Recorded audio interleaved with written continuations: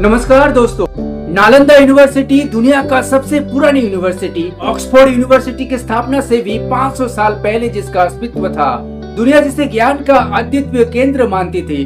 90 लाख से भी ज्यादा पुस्तकों का घर नालंदा विश्वविद्यालय का इतिहास 7 शताब्दियों से भी लंबा रहा है। आज वही नालंदा एक खंडहर के नाम से मशहूर है। उस अभूतपूर्व विश्वविद्यालय को खंडहर में तब्दील करने वाला और कोई नहीं था, वो था बख्तियार खिलजी। आज वो जगह यूनेस्को की वर्ल्ड हेरिटेज साइट के रूप में संरक्षित है। आज जब नई नालंदा यूनिवर्सिटी का उद्घाटन हुआ है, इतिहास के कुछ पन्ने पलटना जरूरी हो जाता है। आइए जान लेते हैं नालंदा विश्वविद्यालय का गौरवशाली इतिहास को। प्राचीन भारत का नालंदा विश्वविद्यालय एक प्रमुख और ऐतिहासिक शिक्षण केंद्र था। ये दुनिया का पहला आवासीय विश्वविद्यालय है जहां पर एक ही परिसर में शिक्षक छात्र रहते थे।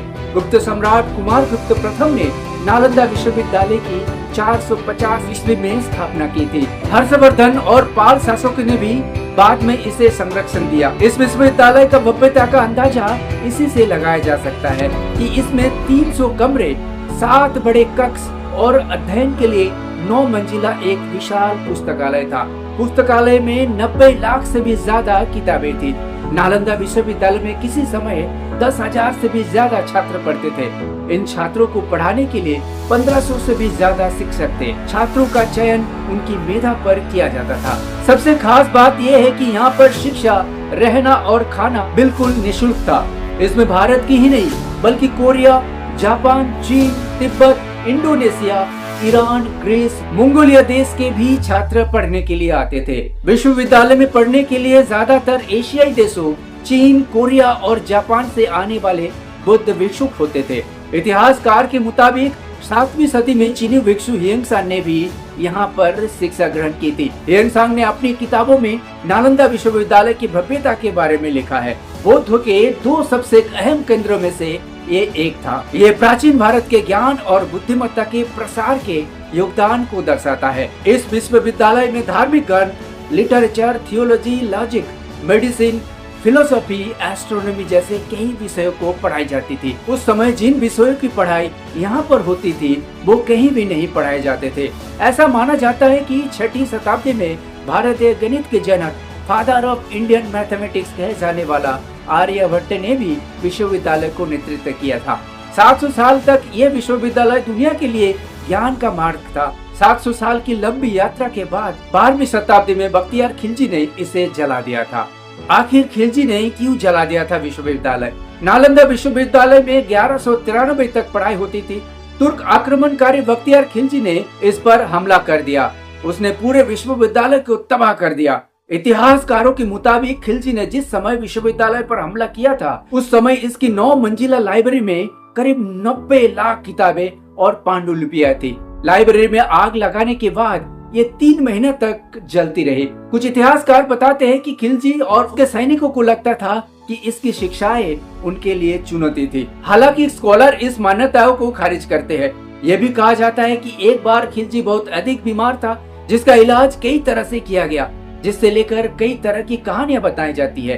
कहा जाता है कि खिलजी अपने इलाज से खुश नहीं था और गुस्से में आकर उसने नालंदा विश्वविद्यालय को जला दिया।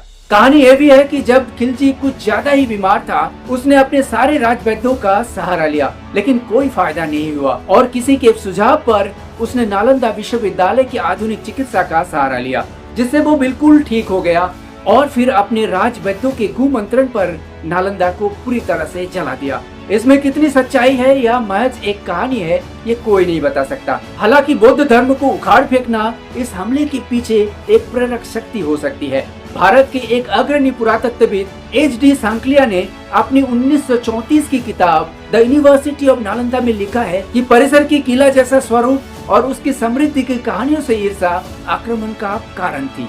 पर कारण जो भी हो, क्या किसी शिक्षा प्रतिष्ठान को इस तरह से जला देना चाहिए था? क्या किसी देश के भविष्य के साथ इतना बड़ा खिलवाड़ करना चाहिए था?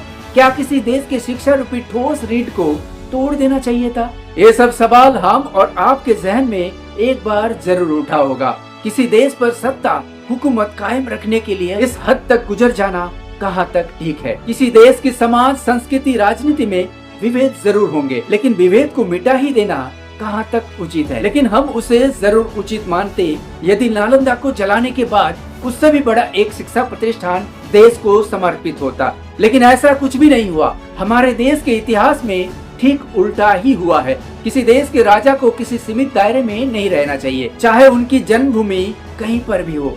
अगर वे किसी देश के राजा बने तो ये जरूर विचार कर लेना चाहिए कि वे जो कदम उठाने जा रहे हैं वे देश के हित में है या किसी समुदाय की। क्या इस कदम पर इतिहास उनकी प्रशंसा करेगी या निंदा। आज प्रधानमंत्री नरेंद्र कुमार मोदी जी ने बिहार की मुख्यमंत्री श्री नीतीश कुमार जी के साथ नालंदा जिले में नालंदा यूनिवर्सिटी का न्यू कैंपस का उद्घाटन किया। सदियों बाद नालंदा विश्वविद्यालय को एक नई पहचान मिली। उम्मीद करता हूँ अपने पूर्वज के खंडहर पर बना नवीन यूनिवर्सिटी उस ख्याति, उस गौरव को पीछे छोड़ उससे कहीं अधिक गुणवत्ता पर खरे उतरते हुए भारतीय शिक्षण को एक नया आयाम देगा। ढेर सारी शुभकामनाएं के साथ, धन्यवाद। नालंदा ये केवल नाम नहीं है, नालंदा एक पहचान है, एक सम्मान है।